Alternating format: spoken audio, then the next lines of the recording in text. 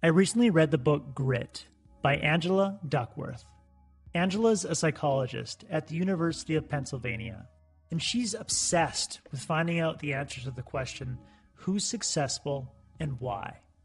She's conducted studies involving national spelling bee champions, elite military training graduates, and top corporate salespeople to determine what was the biggest predictor of their success.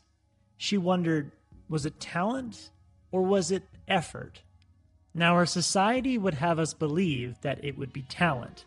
We have the tendency to marvel at natural talent and overlook the importance of effort. Surveys show that we commend people who put in the effort, but we don't actually believe it can compete with natural talent. We often discount our own abilities when going up against people who have a higher IQ or appear more naturally gifted. But Angela has found the following to be true in study after study. Where talent counts once, effort counts twice. Angela explains this using a simple formula. Talent times effort equals skill, and skill times effort equals achievement. When you apply effort to any base level talent, you get skill. When you apply effort to skill, you get achievement. The science shows that grit, the sustained application of effort towards a long-term goal, is the biggest predictor of lifelong achievement. For some, it's an inconvenient truth.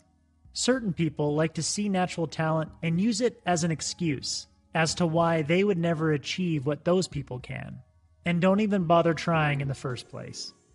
But for others, it can be liberating, knowing that they're not doomed to mediocrity due to a lack of talent. If they put in the effort, they can achieve great things. Sure, there are some limitations. All of us can't make the NBA. We're not all 6'9". But you could become one of the best players in your local basketball league. By remembering that talent counts once, effort counts twice, we can be hopeful that we can one day become more than we think we can, that we can achieve great things despite not winning the talent lottery. But being gritty is hard. Resisting endless temptations to quit or experiencing failure is extremely difficult to deal with. But Angela says we all have the ability to grow our grit if we direct our focus in 4 specific ways. First, develop a fascination with what you're trying to do. Second, strive to improve each day. Third, remind yourself of the greater purpose. And fourth, adopt a growth mindset. Charles Darwin admitted to not having great quickness of apprehension.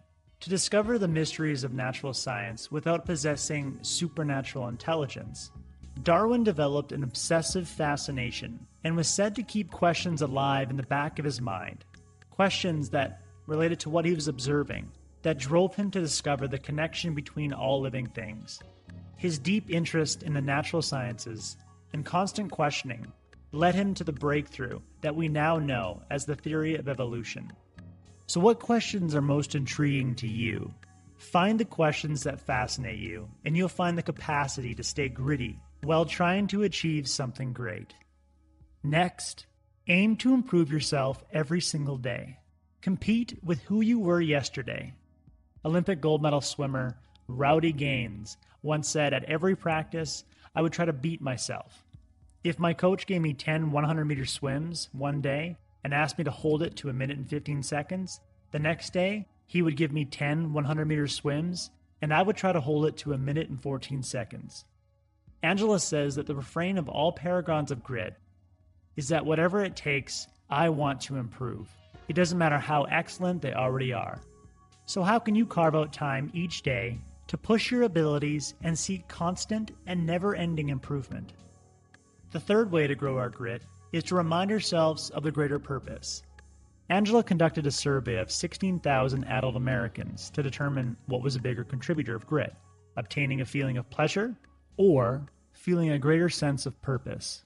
She found that people on the upper half of her grit scale experienced a similar level of pleasure in what they were doing, but she found that higher levels of purpose directly correlated to higher levels of grit.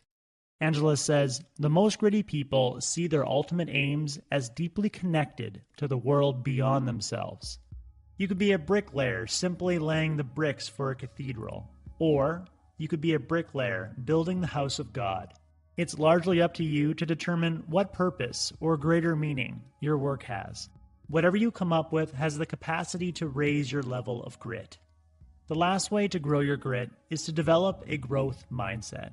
Bill McNabb, the past CEO of Vanguard, the world's largest provider of mutual funds, interviewed leaders within the organization to see who were successful and who weren't. He found that long-term success was dependent on a core belief. Those who believe that I can't learn anymore, I am what I am, this is how I do things, routinely failed to move up to a senior level. To be gritty, you need to scrap the theory that your abilities are fixed, because it's simply not true.